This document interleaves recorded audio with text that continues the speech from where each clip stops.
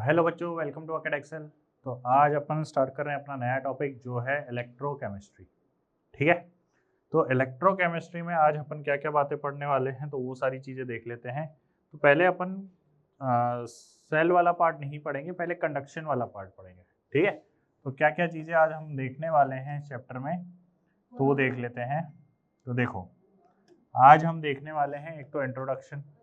ठीक है। सेकंड अपन क्या देखने वाले हैं, कंडक्टर्स क्या होते हैं। फिर नेक्स्ट इलेक्ट्रोलाइटिक कंडक्टर्स क्या होते हैं। ठीक है, कौन कौन से फैक्टर कंडक्टिविटी को अफेक्ट करते हैं और कुछ एग्जांपल्स अपन डिस्कस करने वाले हैं। ठीक है। आज बेसिक बातें अपन पढ़ने वाले हैं, मेन जो इंट्रोडक्शन वाला पार्ट मान लीजिए एक तरीके से। ठीक है। तो ये सारी चीज़ें आज अपन डिस्कस करने वाले हैं। तो इलेक्ट्रोकेमिस्ट्री में अगर अपन बात करें तो इलेक्ट्रोकेमिस्ट्री जो है बेसिकली दो पार्ट में डिवाइडेड है ये चैप्टर आपका। ठीक है। एक तो है कंडक्शन वाले पार्ट में, ठीक है, और एक है सेल वाले पार्ट में। ठीक है। मेनली दो, फिर चाहो तो तीसरा कमर्शियल सेल में भी आप डिवाइड कर सकते हो, बट मेनली अपन दो पार्ट में ही काम चला लेंगे। ठीक है। कंडक्शन में अपन क्या क्या चीज़ें पढ़ते हैं, रजिस्टिविटी, कंडक्टिविटी। ठीक है, रजिस्टिविटी, कंडक्टिविटी। ठीक है, रेजिस्टेंस, कंडक्टेंस, ये सब पढ़ते हैं। सेल की बात करें तो सेल में अपन गैल्वेनिक सेल, वोल्टेक्स सेल, ये सारी चीज़ें पढ़ते हैं। ठीक है, गैल्वेनिक सेल, वोल्टेक्स सेल, मतलब सेल के बारे में हम डिस्कशन करते हैं जनरली। ठीक है। तो सबसे पहले अपन जो पार्ट पढ़ेंगे वो पढ़ेंगे अपन कंडक्शन वाला पार्ट।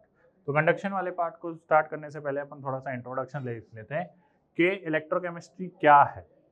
तो इलेक्ट्रोकेमिस्ट्री फिजिकल केमिस्ट्री की वो ब्रांच है जिसमें हम इलेक्ट्रिकल एनर्जी से केमिकल एनर्जी और केमिकल एनर्जी से इलेक्ट्रिकल एनर्जी का इंटर कन्वर्जन की बातें करते रहते हैं। क्या है इलेक्ट्रोकेमिस्ट्री? वो ब्रांच है जहां पर हम इलेक्ट्रिकल एनर्जी, सॉरी, जहां पे हम केमिकल एनर्जी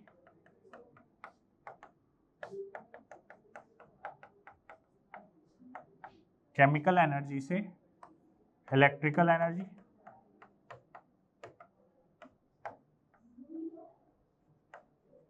और इलेक्ट्रिकल एनर्जी से केमिकल एनर्जी में इंटर कन्वर्जन की बातें करते रहते हैं। ठीक है। तो ये वाली जो प्रोसेस है, ये होती है spontaneous.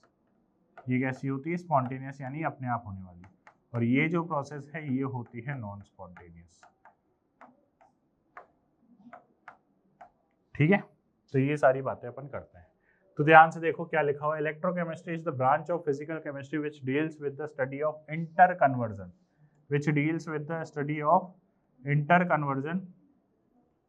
Of chemical energy and electrical energy, जो केमिकल एनर्जी और इलेक्ट्रिकल एनर्जी के इंटर कन्वर्जन की बात करता है। ठीक है।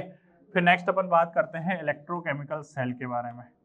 ठीक है। इलेक्ट्रोकेमिकल सेल जो होते हैं वो दो टाइप के होते हैं, जैसे कि अभी मैंने बताया, एक होता है गैल्वेनिक सेल, एक होता है इलेक्ट्रोलाइटिक सेल। गैल्वेनिक सेल में क्या होता है, गैल्वेनिक सेल में केमिकल एनर्जी से इलेक्ट्रिकल एनर्जी क्रिएट करी जाती है, यानी कि कोई केमिकल रिएक्शन करवाते हैं और केमिकल रिएक्शन होने की वजह से इलेक्ट्रिकल एनर्जी जनरेट होती है। वहीं हम इलेक्ट्रोलाइटिक सेल की बात करें तो इलेक्ट्रोलाइटिक सेल में आपको क्या देखने को मिलेगा कि इलेक्ट्रिकल एनर्जी से हम केमिकल एनर्जी जनरेट कर रहे हैं। अब इलेक्ट्रिकल एनर्जी के लिए देखो, इलेक्ट्रिकल एनर्जी देने के लिए आप कोई ना कोई सोर्स लोगे, जैसे मान लीजिए आपने बैटरी ले ली, ठीक है, कोई सेल ले लिया, तो उसके थ्रू आप एनर्जी प्रोवाइड कर रहे हो ना, यानी कि आप जब एनर्जी प्रोवाइड करोगे, ठीक है, जब आप एनर्जी प्रोवाइड कर रहे हो तब कोई केमिकल रिएक्शन हो रही है, तो ये एक नॉन स्पॉन्टेनियस प्रोसेस हो गई। ठीक है, यानी कि ये खुद से नहीं हो रही। तो इसीलिए मैंने कहा था कि जो इलेक्ट्रिकल एनर्जी से जब हम केमिकल एनर्जी कन्वर्ट करते हैं तो ये एक नॉन स्पॉन्टेनियस प्रोसेस है। कैसी प्रोसेस है? नॉन स्पॉन्टेनियस प्रोसेस है। ठीक है। तो ये डिफरेंस है गैल्वेनिक सेल और इलेक्ट्रोलाइटिक सेल के बीच में। ठीक है। क्या बात ध्यान रखनी है कि गैल्वेनिक सेल ऐसे सेल होते हैं जो केमिकल एनर्जी को इलेक्ट्रिकल एनर्जी में कन्वर्ट करने का काम करते हैं, और इलेक्ट्रोलाइटिक सेल ऐसे सेल होते हैं जो इलेक्ट्रिकल एनर्जी से केमिकल एनर्जी में कन्वर्जन का काम करते हैं।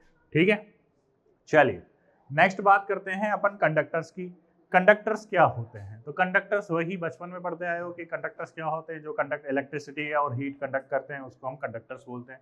तो देखो, substances which allow electric current to flow through them are called conductors. बचपन से पढ़ के example metal, aqua solutions of acid, ठीक है, ये सारे एग्जांपल्स हो गए जो आप बचपन से ही पढ़ते आए हो, कोई नई चीज नहीं है। Basis and salts, few salts and impure water etcetera. ठीक है, कंडक्टर्स जनरली दो टाइप में कैटेगराइज किए हुए हैं इस चैप्टर में। एक तो मेटालिक या सॉलिड कंडक्टर्स कह लो या इलेक्ट्रॉनिक कंडक्टर्स कह लो। इसमें क्या होता है, conductivity is due to flow of electron. Conductivity क्यों है? Due to flow of electron. Conductivity observed due to flow of electrons. ठीक है, फिर उसके बाद इलेक्ट्रोलाइटिक कंडक्टर्स और आयनिक कंडक्टर्स की बात करें तो इसमें क्या होता है, कंडक्टिविटी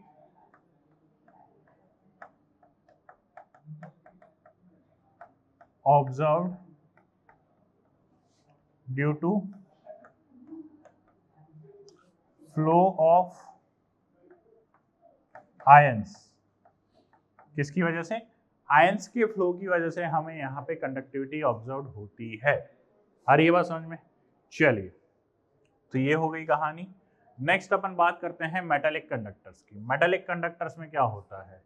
तो मेटालिक कंडक्टर्स देखो, the conductors which conduct electric current by the movement of electrons. किसकी वजह से कंडक्टिविटी ऑब्जर्व हो रही है? इलेक्ट्रॉन के मूवमेंट की वजह से। ठीक है, किसकी वजह से? इलेक्ट्रॉन्स के मूवमेंट की वजह से। विदाउट एनी केमिकल चेंज, कोई केमिकल चेंज नहीं होता, तो ये लाइन भी ध्यान रखनी है, without undergoing any chemical change. ठीक है, कोई केमिकल रिएक्शन नहीं हो रही, तो इसको हम क्या बोलते हैं? Metallic conductors. ठीक है, एग्जांपल कौन कौन से मेटल जो है कंडक्टिविटी शो करते हैं? तो copper metal, copper, silver, iron, aluminium, ये सब कंडक्टिविटी शो करते हैं। एक एक्सेप्शनल नॉन मेटल है वो graphite. Graphite due to availability of free valency show electrical conductivity. ठीक है, ये इलेक्ट्रिकल कंडक्टिविटी ऑब्जर्व होती है। ठीक है, तो ये चीज आपको ध्यान रखनी है। तो नॉन मेटल्स में इकलौता एग्जांपल है ग्रेफाइट, ठीक है, जिसमें कंडक्टिविटी शो होती है। तो ये डिफरेंस बिटवीन है कि इलेक्ट्रिकल कंडक्टिविटी और इलेक्ट्रोलाइटिक कंडक्टर्स के बीच में क्या डिफरेंस है, तो ध्यान से देखो। फिर यहाँ पे अपन बात करते हैं चार्ज कैरियर। इलेक्ट्रोलाइटिक कंडक्टर्स में कौन होते हैं? फ्री आयंस होते हैं। तो यहाँ पे इलेक्ट्रॉन्स की वजह से कंडक्टिविटी शो होती है, यहाँ पे फ्री आयंस की वजह से कंडक्टिविटी शो होती है। ठीक है, फिर यहाँ पर बात करें तो यहाँ पे इलेक्ट्रिसिटी जो है विदाउट एनी केमिकल चेंज, यहाँ पे कोई केमिकल रिएक्शन नहीं होती, कोई केमिकल चेंज नहीं होता कंपाउंड के अंदर जब इलेक्ट्रिसिटी कंडक्ट होती है। और यहाँ पर जो है कंप्लीटली केमिकल चेंज ऑब्जर्व होता है, यानी कि यहाँ पे कोई केमिकल रिएक्शन हुई है तभी तो कंडक्टिविटी ऑब्जर्व हो रही है। तो केमिकल रिएक्शन हुई होगी तो जाहिर सी बात है रिएक्टेड प्रोडक्ट में चेंज हो गया होगा। तो जब भी कोई केमिकल रिएक्शन होती है तो कंपोजिशन में कुछ ना कुछ चेंजेस तो आया ही होगा, तो यहाँ पे चेंज ऑब्जर्व होता है। यहाँ पे no transfer of matter takes place. यहाँ पर transfer of matter takes place, यहाँ पे कुछ ना कुछ इलेक्ट्रॉन्स का एक्सचेंज होता है। इलेक्ट्रॉन भी एक टाइप का मैटर ही है। ठीक है, यहाँ पे रेजिस्टेंस किसकी वजह से? यहाँ पे ये इंपॉर्टेंट पॉइंट है, देखो यहाँ पे रेजिस्टेंस जो है स्टेटमेंट वाले क्वेश्चंस में पूछ सकता है। यहाँ पे रेजिस्टेंस है due to vibration of kernels. किसकी वजह से? Vibrational of kernel. जो मेटल होते हैं वो मेटल के एटम्स के बीच में जो स्पेस होती है वहाँ पर वाइब्रेशंस होते हैं और वाइट जनरेट होती है। यहाँ पर देखो resistance is due to inter ionic attraction and viscosity of the medium. अभी इसको डिटेल में पढ़ेंगे अपन, ठीक है, लेकिन इंटर आयन जो आयंस हैं, जैसे मान लो ऑपोजिट आयन कैटायन और एनायन, तो अगर उनके बीच में अट्रैक्शन फोर्स होगा, ठीक है, तो मूवमेंट कम होगी, और मूवमेंट कम होगी तो फ्लो ऑफ आयन कम होगा, फ्लो ऑफ आयन कम होगा तो कंडक्टिविटी कम होगी। आ रही बात समझ में किस तरीके से रिलेशन बैठ रहा है?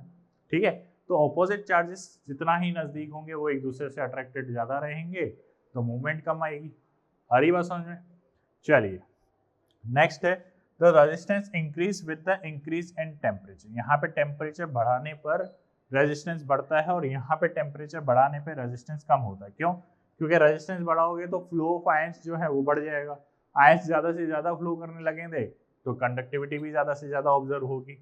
ठीक है, यहाँ पे फैराडे लॉ को कोई फॉलो नहीं होता क्योंकि यहाँ पे इलेक्ट्रॉन्स का फ्लो हो रहा होता है, यहाँ पर फैराडे लॉ फॉलो होता है। तो ये फैराडे लॉ भी अपन डिटेल में पढ़ेंगे इन नेक्स्ट लेक्चर। ठीक है, सेल वाले पार्ट में ही पढ़ेंगे, एक्चुअली लास्ट में पढ़ेंगे। ठीक है, तो ये फैराडे लॉ क्या होता है ये भी हम पढ़ेंगे। तो ये चीज़ें आपको थोड़ी बहुत समझ में आ गई, थोड़ी बहुत जो है चैप्टर के साथ समझ में आने लग जाएगी। ठीक है, चलिए नेक्स्ट आगे चलते हैं, इलेक्ट्रोलाइटिक कंडक्टेंस। अब इलेक्ट्रोलाइटिक कंडक्टेंस से पहले यहाँ पे एक चीज़ ध्यान रखिएगा कि टर्म्स आपको बहुत अच्छे से समझनी है, टर्म्स आपको ध्यान रखनी है हर एक। ठीक है, तो कौन कौन सी टर्म्स यहाँ पे आपको देखने को मिलेगी? तो सबसे पहले यहाँ पे आपको देखने को मिलेगी रेजिस्टेंस। ठीक है, क्या देखने को मिलेगी? रेजिस्टेंस। ठीक है, फिर उसके बाद आपको देखने को मिलेगी रेजिस्टिविटी। ठीक है, रो आर। ठीक है, फिर उसके बाद तीसरी आपको देखने को मिलेगी कंडक्टेंस। ठीक है, चौथी आपको देखने को मिलेगी कंडक्टिविटी, कंडक्टेंस जी, कंडक्टिविटी कप्पा, क्या बोलते हैं इसको? कप्पा। ठीक है, फिर पांचवी आपको देखने को क्या मिलेगी? पांचवी आपको देखने को मिलेगी सेल कांस्टेंट। ठीक है, सेल कांस्टेंट जो कि होता है आपका जी स्टार। ठीक है, तो ये कुछ पांच आपको टर्म्स देखने को मिलेगी यहाँ पर, और ये आपको क्लियर रखनी है, इनके बीच में आपको रिलेशंस क्लियर रखने हैं। ठीक है, अगर ये चीज क्लियर है तो कंडक्टेंस आपका 100%, कहीं से कोई दिक्कत नहीं आएगी। क्लियर है? चलिए, तो कंडक्टेंस स्टार्ट करते हैं यहाँ पर। सबसे पहले तो रेजिस्टेंस, रेजिस्टेंस आप फिजिक्स में भर भर के पढ़ के आए हो करंट इलेक्ट्रिसिटी चैप्टर के अंदर। तो रेजिस्टेंस क्या होता है? तो देखो, metallic and electrolytic conductors obey Ohm's law. ठीक है, अब ओम्स लॉ पढ़ाने की बताने की जरूरत है नहीं, आप ऑलरेडी जानते हो क्या होता है। ठीक है, तो Ohm's law according to which the resistance of conductors is the ratio of applied potential difference. ठीक है, अरे ये छोड़ो यार, इतना क्या ही है, तुम सब जानते ही हो। V equals to I R. ठीक है, तो R क्या आ जाएगा? V by I. ठीक है, ये रहा, आ गया। R यहाँ पर क्या है? रेजिस्टेंस, जिसकी यूनिट क्या होती है? ओम। ठीक है, यूनिट क्या होती है? ओम, यूनिट होती है ओम या ये। ठीक है, ओम। ठीक है, तो ये यूनिट होती है रेजिस्टेंस की।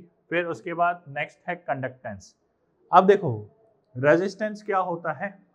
आप जानते हो रेजिस्टेंस क्या होता है? रेजिस्टेंस होता है कि किसी भी, जैसे for example upon metal rod ले लेते हैं, तो मेटल रॉड आप जानते हो कि कंडक्टिविटी शो करता है, यानी कि फ्लो ऑफ इलेक्ट्रॉन्स उसके अंदर होते हैं। तो उस इलेक्ट्रॉन्स के फ्लो में जो चीज हिंड्रेंस पैदा करती है वो चीज होती है रेजिस्टेंस। ठीक है, क्या होती है वो? रेजिस्टेंस, विच इनहिबिट्स या ओबे फ्लो ऑफ इलेक्ट्रॉन्स। ठीक है, उसको हम क्या बोलते हैं? रेजिस्टेंस बोलते हैं। कंडक्टेंस क्या हो जाएगा? Just inverse of resistance. ठीक है, जो इलेक्ट्रॉन्स को फ्लो करने में फेवर पार्ट करता है। ठीक है, तो it is the property by virtue of which it favours flow of current, जो फ्लो ऑफ करंट को फेवर करता है। तो अल्टीमेटली कंडक्टेंस जो, जिसको मैंने G से रिप्रेजेंट किया है, तो G एक्चुअली होती क्या है? इनवर्स ऑफ रेजिस्टेंस ही तो हुआ। ठीक है, क्या हुआ? Inverse of resistance. आई बात समझ में? तो इनवर्स ऑफ रेजिस्टेंस क्या होता है? कंडक्टेंस। तो अब रेजिस्टेंस की यूनिट क्या थी? ओम। तो कंडक्टेंस की यूनिट क्या हो जाएगी? Ohm inverse. ठीक है, या ओम इनवर्स, या इसको हम सीमन भी बोलते हैं, साइमन्स कह लो या सीमन कह लो, जो तुम्हारी इच्छा पड़े वो कह लो। ठीक है, तो ये होता है, और एक और महो भी होता है। ठीक है, पर ज्यादातर आपको यही देखने को मिलेगी यूनिट्स। ठीक है, तो ये कंडक्टेंस की यूनिट है, जस्ट रिवर्स ऑफ क्या? Just reverse of resistance. ठीक है, चलिए नेक्स्ट है रेजिस्टिविटी। अब रेजिस्टिविटी क्या होती है? देखो, जैसे एक कांस्टेंट क्वांटिटी होती है ठीक है, लेकिन ये रेजिस्टिविटी जो है हर कंपोनेंट के लिए अलग अलग होती है, ठीक है।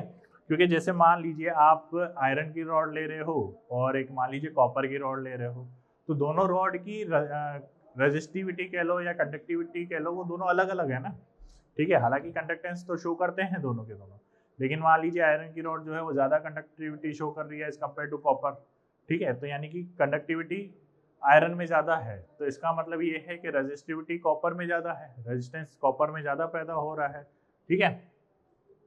फिर देखो स्पेसिफिक रेजिस्टेंस या रेजिस्टिविटी टर्म्स का बहुत अच्छे से ध्यान रखना है इस कंडक्शन वाले पार्ट में, ठीक है। सबसे इंपॉर्टेंट चीज यहाँ पे टर्म्स ही है, ठीक है। तो रेजिस्टिविटी को हम किससे डिनोट करते हैं, रो से, ठीक है। इसको एक्चुअली ऐसे बनाया जाता है रो से, ठीक है। ये होता है रो, ठीक है।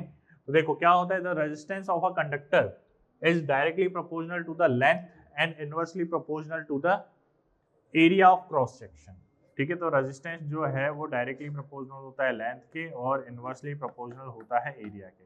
तो कंबाइन में बात करेंगे तो रेजिस्टेंस जो है वो डायरेक्टली प्रोपोर्शनल है लेंथ के, इनवर्सली प्रोपोर्शनल है एरिया के, ठीक है।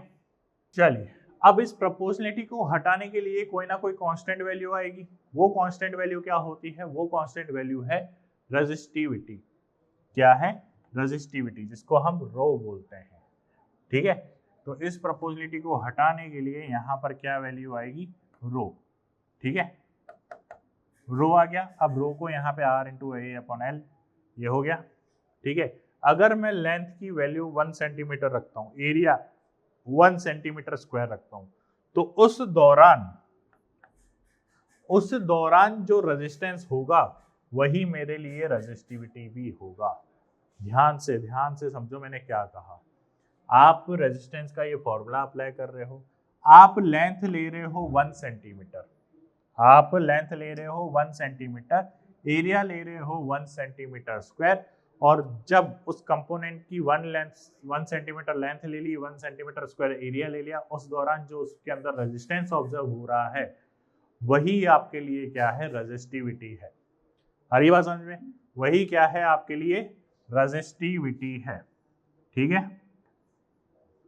चलिए, therefore resistance offered by 1 centimetre cube electrolytic solution is known as resistivity, यानी कि 1 सेंटीमीटर क्यूब, ऑब्वियसली बात है 1 सेंटीमीटर और 1 सेंटीमीटर स्क्वायर, टोटल क्या हो गया 1 सेंटीमीटर क्यूब। तो 1 सेंटीमीटर क्यूब का सॉल्यूशन जितना आपको रेजिस्टेंस दे रहा है वही उसकी क्या कहलाएगी, रेजिस्टिविटी कहलाएगी, ठीक है। और यूनिट क्या हो जाएगी, तो देखो रेजिस्टेंस की यूनिट क्या होती है, ओम, एरिया की यूनिट क्या होती है, सेंटीमीटर स्क्वायर, अपॉन लेंथ की यूनिट क्या होती है, सेंटीमीटर इनवर्स। तो टोटल क्या आ गया, ओम सेंटीमीटर, क्या आ गई यूनिट, ओम सेंटीमीटर।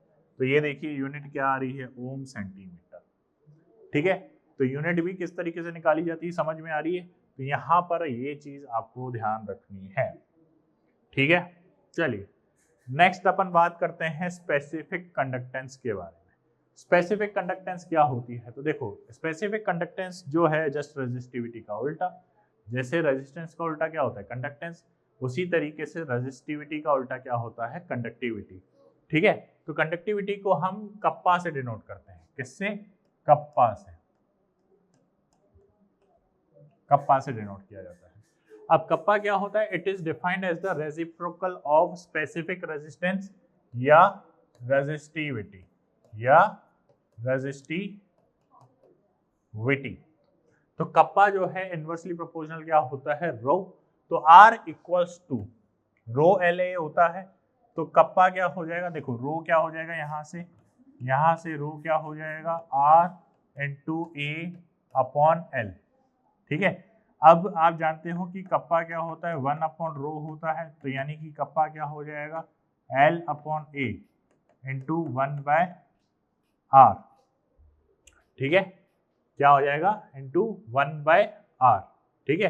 अब 1 बाय R तो क्या था, आपके लिए जानते हो कि 1 बाय R क्या था, कंडक्टेंस यानी कि G, ठीक है। और L बाय A को अपन क्या लेते हैं, G स्टार, ठीक है। तो यानी कि यहां से ये फॉर्मूला बन रहा है, ये आपका क्या है, कप्पा। तो कप्पा क्या है, G इंटू जी स्टार। ठीक है। जी स्टार यहाँ पर क्या है, जी स्टार है यहाँ पे cell constant. What is G star? G star is cell constant, ठीक है। L बाई ए को हम क्या बोलते हैं, सेल कांस्टेंट। तो ये रिलेशन आपको ध्यान रखना है, ठीक है। ये रिलेशन आपको क्या करना है, ध्यान रखना है, ठीक है। तो kappa equals to G into G star. Next specific conductance क्या होती है? तो स्पेसिफिक कंडक्टेंस ये रहा, conductivity into cell constant, sorry conductance into cell constant, ठीक है। तो ये स्टेटमेंट वाइज आ सकते हैं, न्यूमेरिकल तो आएंगे ही आएंगे इससे रिलेटेड।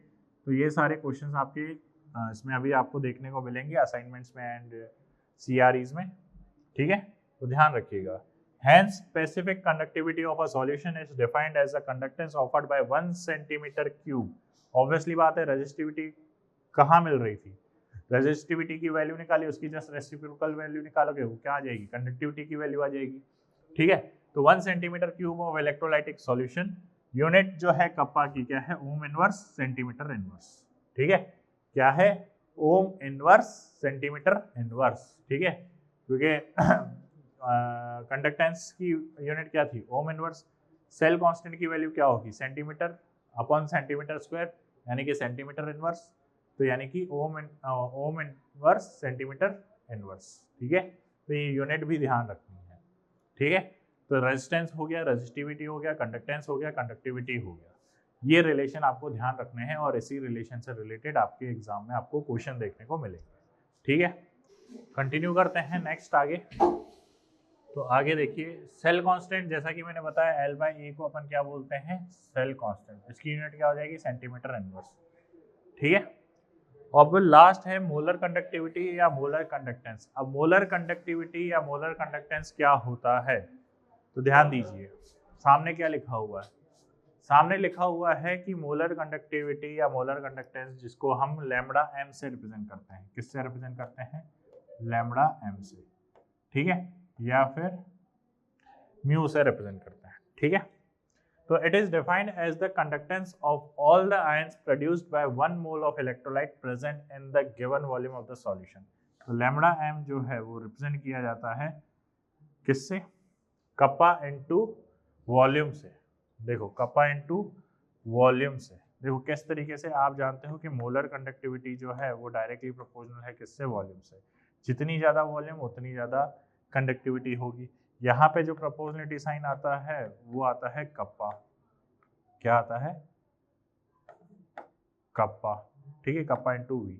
अब आप जानते हो कि अगर मैंने मोल्स कांस्टेंट कर दिए, अगर मैंने मोल्स कांस्टेंट कर दिए तो ये इनवर्सली प्रोपोर्शनल हो जाएगी किसके, मोलैरिटी के। और मोलैरिटी में अपन वॉल्यूम जो लेते हैं वो ml में लेते हैं, तो लीटर में कन्वर्ट करने के लिए यहाँ पे ऊपर क्या आ जाएगा, 1000।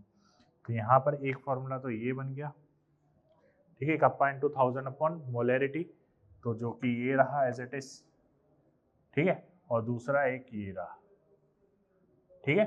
V क्या है यहाँ पे, volume of the solution containing 1 mole of electrolyte if concentration of solute is m मोल पर लीटर, देन यूनिट क्या हो जाएगी यहाँ पे, कप्पा की यूनिट और अपॉन मोलैरिटी की यूनिट, ठीक है। तो ये हो जाएगी आपकी यूनिट वाली बात। Similarly relation between equivalent conductivity और मोलर कंडक्टिविटी की अगर हम बात करें, ठीक है, तो इसकी अपन इससे पहले अपन इक्विवेलेंट कंडक्टिविटी की बात कर लेते हैं। तो इक्विवेलेंट कंडक्टिविटी क्या होती है, जैसे यहाँ पर कप्पा अपॉन मोलैरिटी है, वहाँ पे कप्पा इंटू 1 अपॉन नॉर्मेलिटी होगा इंटू 1000, ठीक है। इक्विवेलेंट में क्या होगा, नॉर्मेलिटी होगा, और यहाँ पे क्या है, मोलैरिटी। तो बस इतना सा डिफरेंस है इक्विवेलेंट कंडक्टिविटी और मोलर कंडक्टिविटी में, ठीक है। अब आप जानते हो कि नॉर्मेलिटी बराबर क्या होता है, मोलैरिटी इंटू एन फैक्टर, क्या होता है, मोलैरिटी इंटू एन फैक्टर। तो उसी रिलेशन को आप पुट करोगे तो मोलैरिटी और नॉर्मेलिटी में जो रिलेशन आएगा, तो लैम्बडा इक्विवेलेंट यानी कि इक्विवेलेंट कंडक्टिविटी, इक्विवेलेंट कंडक्टिविटी, और यहाँ पर क्या है, मोलर कंडक्टिविटी,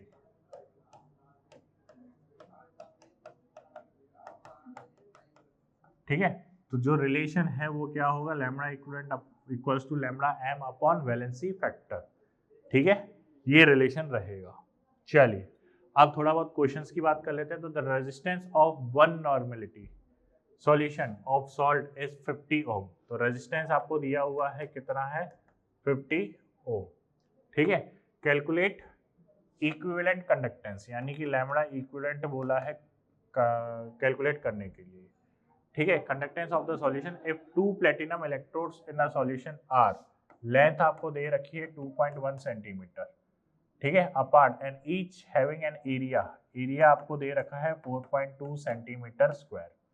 तो आप जानते हो लैम्बडा इक्विवेलेंट क्या होता है, कप्पा इनटू 1000 अपॉन नॉर्मेलिटी। ठीक है, अब आपको कप्पा कैलकुलेट करना है। कप्पा आप किस तरीके से कैलकुलेट करते हो, कप्पा आप जानते हो जी स्टार इंटू जी, तो जी स्टार इंटू 1 अपॉन आर, यानी कि अब जी स्टार क्या होता है, जी स्टार अभी अपन ने देखा L बाय ए होता है। ठीक है, तो लेंथ आपको यानी कि L by A into 1 by R, length आपको कितनी दे रखी है 2.1 सेंटीमीटर।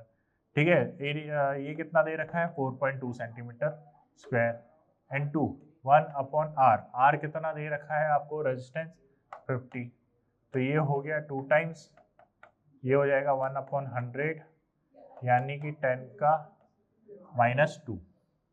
ठीक है, ये हो जाएगा। अब कप्पा की वैल्यू आ चुकी है 10 की पावर -2 इंटू 1000 अपॉन नॉर्मेलिटी कितना दे रखा है 1, तो ये कितना आ गया 10। ठीक है, तो यहाँ पे मोलर इक्विवेलेंट कंडक्टिविटी कितना आ रहा है आपका 10 आ रहा है। नेक्स्ट चलते हैं, नेक्स्ट अपन से क्या कह रहा है, which of the following have maximum molar conductivity, इन दोनों में से मैक्सिमम मोलर कंडक्टिविटी किसकी है। तो पहला ऑप्शन सॉल्व करते हैं। तो ऑप्शन में पहले में दे रखा है मोलरिटी, ठीक है, मोलर कंडक्टिविटी यानी कि लैम्बडा एम की बात कर रहा है, तो वो होता है कप्पा इंटू 1000 अपॉन एम। ठीक है, ठीक, तो स्पेसिफिक कंडक्टिविटी दे रखी है अपने को 2 इंटू 10 की पावर -2 इंटू 1000 अपॉन, ये कितना दे रखा है 0.08, ये यहाँ से ये गया, ठीक है, फिर यहाँ पर ये हो गया 8, यहाँ हो गया 100 एंड ये 1/4 इंटू 100, ये हो गया 250, कितना हो गया 250। तो पहले का तो आंसर आ रहा है 250। सेकंड का देखते हैं, सेकंड हमें क्या कह रहा है, सेकंड में देखो मोलर कंडक्टिविटी हो रही है कप्पा, मोलर कंडक्टिविटी क्या है lambda kappa into 1000 upon M, वही सेम कहानी। स्पेसिफिक कंडक्टेंस की जगह यहाँ पे क्या दे रखा है, मोलरिटी दे रखा है और रेजिस्टिविटी दे रखा है। ठीक है, 50 ओम क्या दे रखा है रेजिस्टिविटी, तो रेजिस्टिविटी का जस्ट इनवर्स ही होता है अपना, तो 1/50 ohm centimetre inverse upon 1000 upon molarity कितना दे रखा है 0.1, तो ये हो गया लगभग 20 टाइम्स, ये हो गया 200 टाइम्स, तो ये आ गया 200। तो यानी कि यहाँ पे 200 है, यहाँ पे 250 है, यानी कि फर्स्ट ऑप्शन में ज़्यादा है maximum. Next, the conductance of a salt solution AB measured by 2 parallel electrodes of area 100 centimetre square separated by 10 centimetre square, यानी कि एरिया आपको दे रखा है, एरिया आपको दे रखा है 100 सेंटीमीटर स्क्वायर और लेंथ आपको दे रखी है 10 centimetre, was found to be conductance यानी कि G 0.0001। ठीक है, if volume enclosed between two electrodes contains 0.5 molarity salt, mole 0.5 मोल, ठीक है, salt, what is the molar conductivity, तो लैम्बडा एम क्या होगा, तो अभी अपन ने देखा कि लैम्बडा एम क्या होता है कप्पा इंटू 1000। देखो मोलर कंडक्टिविटी से हर साल सवाल आता ही आता है, ठीक है, इसलिए भर भर के क्वेश्चन दिए हुए हैं। तो मोलर कंडक्टिविटी आपने देखा अभी कप्पा इंटू क्या होता है 1000 अपॉन एम, ठीक है, अब कप्पा क्या होता है जी इंटू जी स्टार, यानी कि 0.0001 इंटू एल बाई ई, यानी कि 10 की पावर -1 इंटू 1000 अपॉन मोलरिटी कितनी है 0.5, ठीक है, कितनी है मोलैरिटी 0.5, तो ये कितना आ जाएगा, ये यहाँ से ये गया, फिर यहाँ पे ये 2 गए, यानी कि 0.1 अपॉन 0.5, ठीक है, तो यहाँ 1 यहाँ 2, ठीक है, तो ये हो गया 2 टाइम्स, यानी कि 2 × 10⁻², तो यानी कि 0.02, आंसर क्या आ जाएगा, बी ऑप्शन, ठीक है। तो इस तरीके से होता है। तो अब कौन कौन से फैक्टर्स जो है इलेक्ट्रोलाइटिक कंडक्टेंस को फेवर करते हैं या अपोज करते हैं। तो मुझे एक चीज बताओ, इलेक्ट्रोलाइटिक कंडक्टेंस होता क्यों है। इलेक्ट्रोलाइटिक कंडक्टेंस आपको ऑब्जर्व होता है due to flow of electrons. क्यों ऑब्जर्व होता है, due to flow of electrons, ठीक है, due to flow of electrons. तो देखो इंटर आयनिक अट्रैक्शन की बात करें तो if inter ionic attraction between ions of solid is more than the conductance will be less, ठीक है, अगर अट्रैक्शन ज्यादा होगा दो आयंस के बीच में तो कंडक्टेंस कम होगा। फिर उसके बाद पोलैरिटी ऑफ सॉल्वेंट की बात करें तो जितना ज्यादा पोलर सॉल्यूट होगा, पोलर सॉल्वेंट होगा उसमें सॉल्यूट उतना ही ज्यादा डिसॉल्व होगा, उतना ही ज्यादा आयनाइज होगा, और जितने ज्यादा आयंस बनेंगे उतनी ज्यादा कंडक्टिविटी ऑब्जर्व होगी, ठीक है। तो ये चीज भी फेवर करती है। ये हो गया। विस्कोसिटी की बात करें तो विस्कोसिटी बढ़ेगी तो फ्लो ऑफ आयंस में दिक्कत आएगी, तो यानी कि कंडक्टिविटी कम होगी। टेम्परेचर बढ़ेगा तो आयंस का फ्लो बढ़ेगा, आयंस का फ्लो बढ़ेगा तो कंडक्टिविटी बढ़ेगी, ठीक है। हाइड्रेटेड साइज, अगर साइज बड़ी होगी तो मोबिलिटी कम होगी आयन की, तो कंडक्टिविटी कम होगी। कॉमन सेंस वाले आंसर हैं, कोई दिक्कत नहीं है। डाइल्यूशन का फैक्टर देखो, डाइल्यूशन की बात करें तो देखो डाइल्यूशन की वजह से जनरली कंडक्टिविटी बढ़ती है लेकिन एक हद तक बढ़ती है, ठीक है। तो इस चीज को अभी यहाँ पर देखते हैं अपन क्या लिखा हुआ है, फिर उसके बाद बात करते हैं। On increasing dilution conductance increases, conductance क्या होता है, increases. For strong electrolyte on dilution interionic force of attraction decreases, therefore conductance increases. भाई जितना डाइल्यूट करते जाओगे तो ऑपोजिट कैटायन और एनायन बहुत ज्यादा दूर दूर होते जाएंगे, दूर दूर होते जाएंगे तो उनके बीच का जो इंटर अट्रैक्शन फोर्स है वो खत्म होता जाएगा, तो वो अपनी मर्जी से आराम से फ्लो करते जाएंगे, और जितनी ज्यादा फ्लो करेंगे उतनी ज्यादा कंडक्टिविटी आपको ऑब्जर्व होगी। वहीं वीक इलेक्ट्रोलाइट की बात करें तो with dilution degree of dissociation increases, यानी कि अल्फा बढ़ेगा, जितने ज्यादा डिग्री ऑफ डिसोसिएशन बढ़ेगा यानी कि जितना ज्यादा आयनाइजेशन होगा उतने ज्यादा आयंस बनेंगे और उससे कंडक्टेंस भी बढ़ेगा। आई बात समझ में। और दूसरी चीज, on dilution specific conductance decreases, specific conductance decrease होता है, यानी कि एक चीज को समझो, जैसे मान लीजिए आपने एक सॉल्यूशन लिया जिसमें 10 ml के अंदर 10 आयंस प्रेजेंट है, क्या है, 10 ml के अंदर 10 आयंस प्रेजेंट है। इस चीज को समझो, देखो अच्छे से समझो। जैसे मान लीजिए आपने अभी एक सॉल्यूशन लिया, ये अभी इतना ही भरा हुआ है, कितना भरा हुआ है, अभी इतना भरा हुआ है, तो इसके अंदर जो इतना पोर्शन है ना, ये इतना पोर्शन, इसमें मान लीजिए अभी 10 आयंस है। कितने आयंस है, 10 आयन, यानी कि ये मान लीजिए कि 10 ml सॉल्यूशन के अंदर 10 आयंस प्रेजेंट है। अब अगर आप इसके अंदर वाटर ऐड कर दोगे तो अब ये सॉल्यूशन जो है, अब ये जो सॉल्यूशन है वो यहां तक भर गया, वाटर ऐड किया, आयंस तो उतने ही है। अब इतनी ही आयन में नंबर ऑफ आयंस क्या हो गए, कम हो गए, और नंबर ऑफ आयंस अगर कम हो गए तो एक लिमिटेड स्पेसिफिक कंडक्टिविटी क्या हो गई, कम हो गई, और स्पेसिफिक कंडक्टिविटी क्या होती है, कम होती है, ठीक है। तो कंडक्टिविटी तो बढ़ती है ऑन डाइल्यूशन, लेकिन स्पेसिफिक कंडक्टिविटी कम होती है, ये चीज आपको ध्यान रखनी है, ठीक है। फिर नेक्स्ट चीज, on dilution equivalent and molar conductivity increases, क्योंकि मोलैरिटी क्या होती है, डिक्रीज होती है। आप जानते हो लैम्डा एम इनवर्सली प्रोपोर्शनल क्या होता है, मोलैरिटी, और डाइल्यूशन के साथ मोलैरिटी क्या होती है, कम होती है, और डाइल्यूशन के साथ अगर मोलैरिटी कम होगी तो कंडक्टिविटी क्या होगी, कंडक्टिविटी बढ़ेगी। चलिए ठीक है, तो ये हो गया आपका कंडक्टेंस का कुछ पार्ट, ठीक है। तो क्वेश्चंस वगैरह जो हैं जनरली बहुत आते हैं, मतलब सेल इलेक्ट्रोकेमिस्ट्री की अगर हम बात करें तो 2 क्वेश्चन फिक्स है, एक सेल वाले पार्ट से आएगा, एक कंडक्टेंस पार्ट से आएगा, और कंडक्टेंस पार्ट से भी molar conductivity, electrical conductivity, equivalent conductivity, इनसे काफ़ी अच्छे क्वेश्चन आते हैं, ठीक है। चलिए, तो बाकी अगर आपको नोट्स की PDF चाहिए, चैप्टर की CRE, lecture wise assignment, minor test, major test या PYQs के सॉल्यूशन चाहिए तो ये सब हमारी वेबसाइट पे अवेलेबल है, आप विजिट करिए और देख सकते हैं। ठीक है। उसके बाद अगर लेक्चर आपको अच्छा लग रहा है तो वीडियो को लाइक करिए, चैनल को सब्सक्राइब करिए और बेल आइकन को जरूर प्रेस करिएगा ताकि आपको नेक्स्ट वीडियो की नोटिफिकेशन मिलती रहे। Thank you.